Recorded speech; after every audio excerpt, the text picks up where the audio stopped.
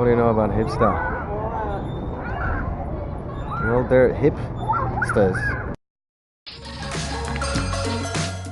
What do you get when you take a hobo, add some emo, a touch of metro, the hipster? I'm not one though. No way, you don't know me, bro. Shopping at garage sales is really Hey, a hipster. It's a guy with a mustache who plays guitar and writes songs about his own emotions.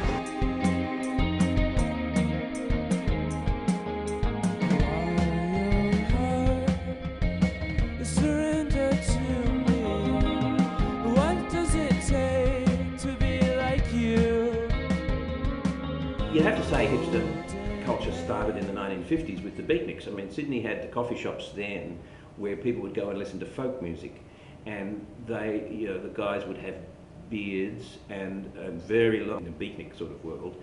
So, and then you, perhaps in the 60s that changed to the mods. So you had beatniks first, then you had the mods, and so every decade has had a kind of hipster group.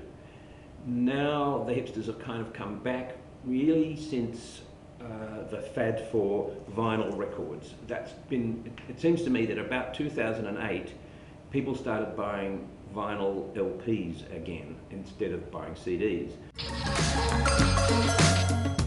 It's also a lifestyle, the hipster lifestyle. You're into your coffee?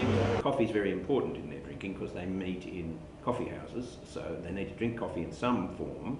If they have coffee, it's going to be a very weird version of coffee. It's not going to be just like a latte because that's mainstream. So they would have to have soy on it, or they would have to have half milk, half soy, you know, these kind of things. I think a hipster is something that people like journalists, the media, etc., like to project onto other people. If you're defining hipster, it's about rejoicing in being seen as eccentric. I think a hipster is a particular look. So that you dress in a way that you want to be noticed for dressing in an unusual way, but at the same time not flamboyantly. So you're dressing very neatly. I think a hipster is characterized by a bit of vintage fashion, maybe some leather shoes, a beanie, a nice beard. If you're a guy, your trousers are a bit short so people can see your socks, which will be particular coloured socks depending on the fashion or the anti-fashion that week. And you know, you'll be wearing sneakers, but they won't be traditional sneakers. They'll be a strange colour of sneaker. And you'll have a check shirt maybe that's buttoned up at the neck. Girls wear beanies often.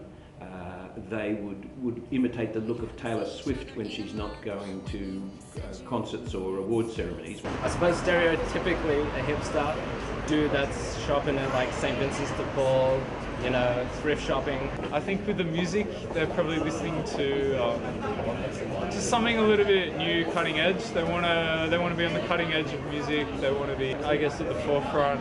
They don't want their music taste dictated to them by charts or labels. Music, I don't know, it's stuff that you wouldn't hear on Today FM, on Nova, on commercial radio shows. Maybe 10 years ago it was Nirvana, and now everybody's like a songwriter, and there's this explosion of recording devices, so every place just makes its own subculture just by growing mustaches and writing songs about it. Classic example is Vampire Weekend. Vampire Weekend is a hipster band, or rather, Vampire Weekend used to be a hipster band, but as soon as they started to sell a few records, the hipsters stopped being interested in them and went looking for bands that nobody had ever heard of. So hipsters maintain themselves by constantly changing, constantly outsmarting anybody who wants to try to be a hipster, because if you try to be a hipster, well, that's absolutely not what a hipster would do.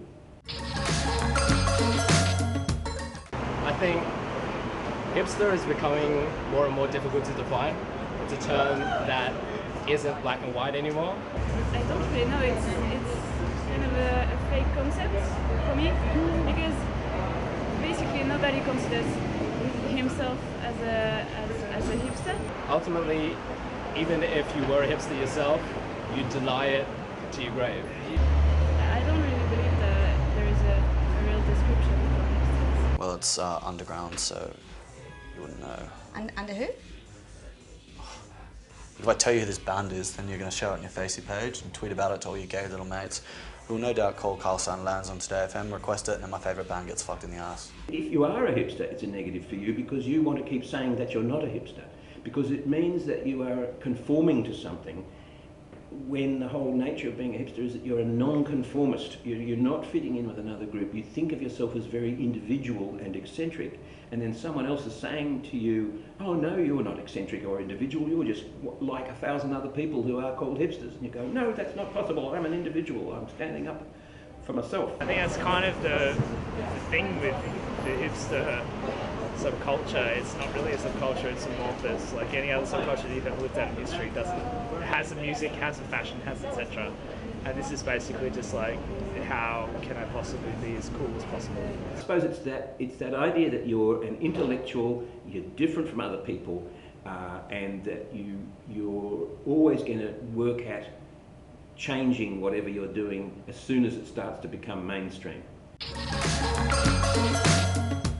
And so the Bondi hipsters are these couple of guys who are somewhere between a surfy and an American idea of a hipster.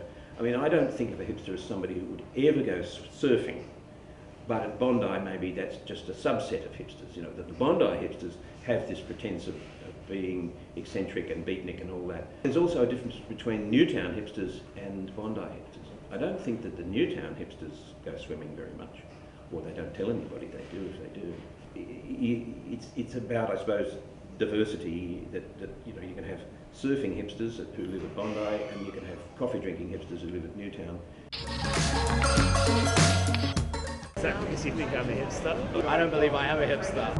No, I wouldn't call myself a hipster. Everybody has a bit of hipster in them, it's just whether you're prepared to admit it or not. But I mean, who wants to be mainstream? What a terrible thing to just go, I'm mainstream, ain't I terrific? Yeah, no one's ever going to say that. Everybody likes to feel like they're in a unique group.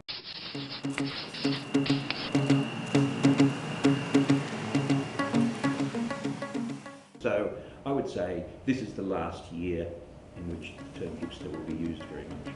It's one wicked road.